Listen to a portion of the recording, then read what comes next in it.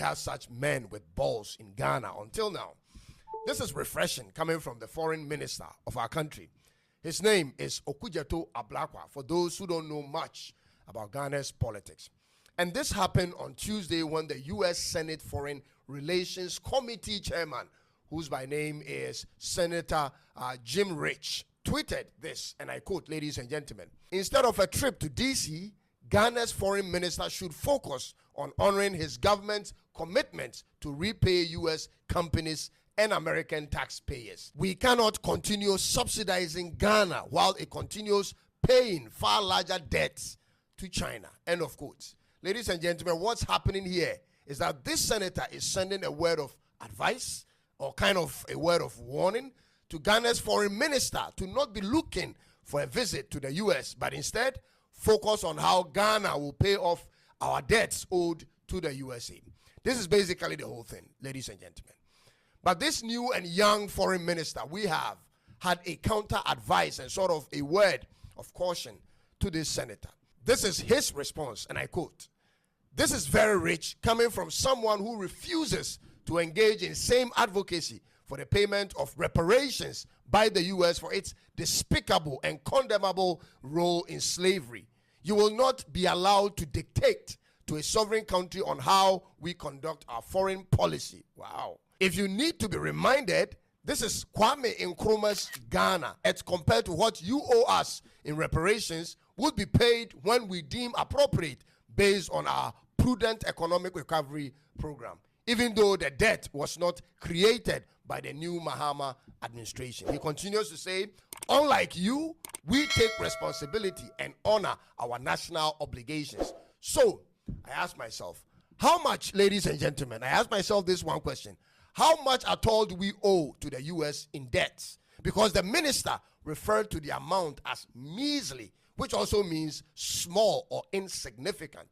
So I inquired on the very latest debt owed to the U.S., and this is what I found, ladies and gentlemen. Ghana's official bilateral debt to the United States and other official creditors stood at approximately $5.17 billion as of December 2022. And I laughed, ladies and gentlemen. $5.17 billion only, ladies and gentlemen? I'm not bragging or being overly confident or silly or ignorant, but I promise you this. For a country like Ghana, with the volume of gold under our feet and the totality of our resources, ladies and gentlemen, this is chicken change, for a lack of a better word. Ghana could be easily making that amount of money every week from one gold mine if we own one in our country. These types of monies for even Benin Republic or Togo should never have been an issue to raise. Do you have any clue the value of the resources we sit on as a country? Every one of African countries by the ocean has oil in addition to all the land minerals.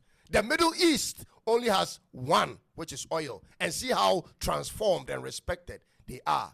We have 1,000-fold of what they don't even have. If we were prudent with our resources, do you think this clown could be talking to Ghana like that?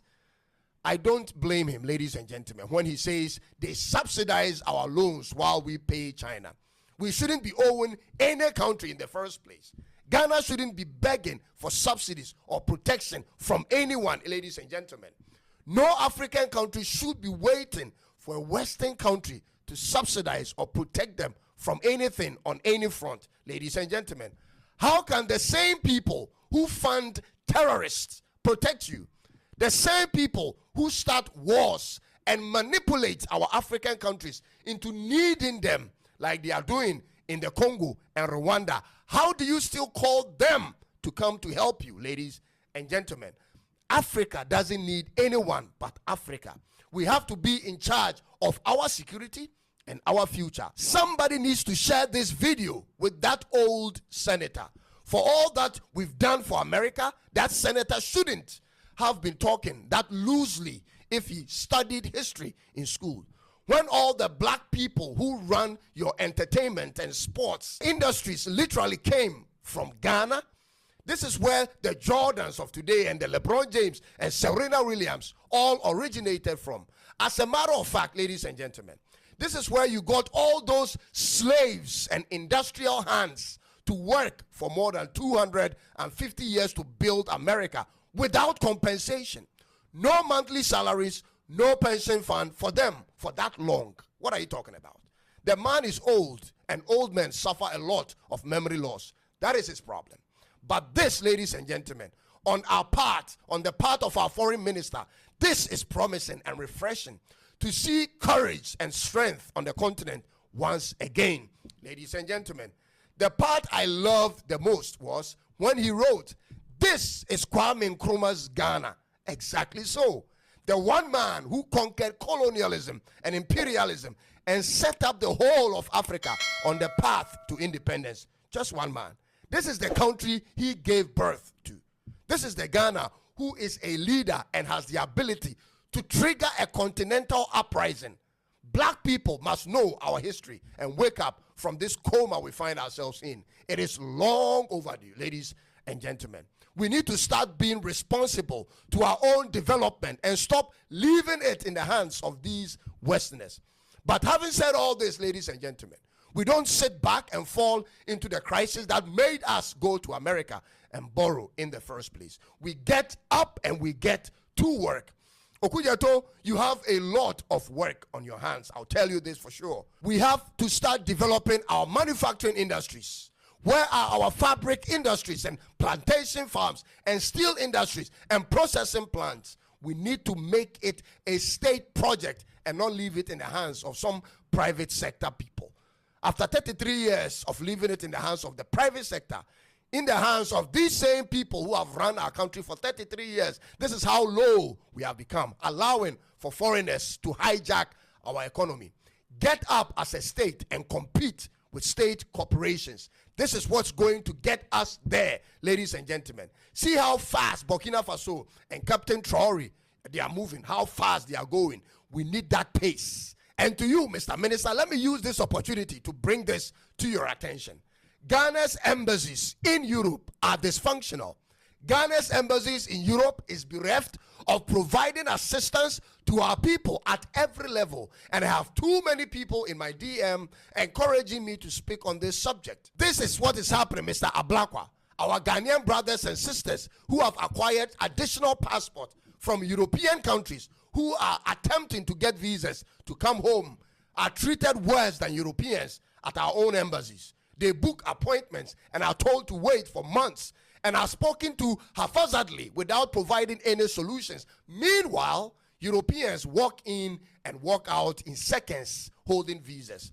Mr. Ablakwa, this is what we have to take care of. This is happening in Sweden and in the Netherlands and in most parts of Europe. You need an in-house cleaning, Mr. Ablakwa.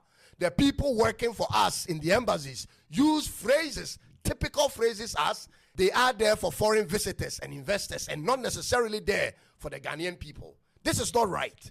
Ghanaians with foreign passport shouldn't have to struggle for visas to come back home. And by the way, Mr. Ablakwa, how has it become so easy for other nationals to acquire Ghana's passport? Mr. Ablakwa, we are told Europe is populated with people, black people from other parts of Africa, particularly from Nigeria, who use our passports. Have you been briefed on this situation, and what is your plan to tackle it, especially when they use our passports to engage in criminal enterprises, Mr. Minister? This has been a constant problem for more than 30 years and still persists. How will you address this, Mr. Minister of State? I like how you addressed the senator, but there is work to do. This generation is going to be the generation to make Africa totally free. And it starts with our love for our countries and our willingness to stay and develop the countries. For nobody is coming to save us but ourselves. And to the NDC party, I'm not one of you. But if I had to vote for someone from your party after John Mahama is done, it will definitely has to be someone who has the balls to stand for our country, whether at home or overseas. Someone who is patriotic enough and puts Ghana first. It has to be someone who has the level of self-esteem that sees himself as equal to all men, whether black, brown, or white, and not intimidated by Europeans. Ladies and gentlemen, thanks for taking time to watch this one. I'll come your way again with another one very soon. Until then, God bless our homeland Ghana and make our nation great and strong. Remember to subscribe and click on the bell for more of my content. It is bye-bye for now.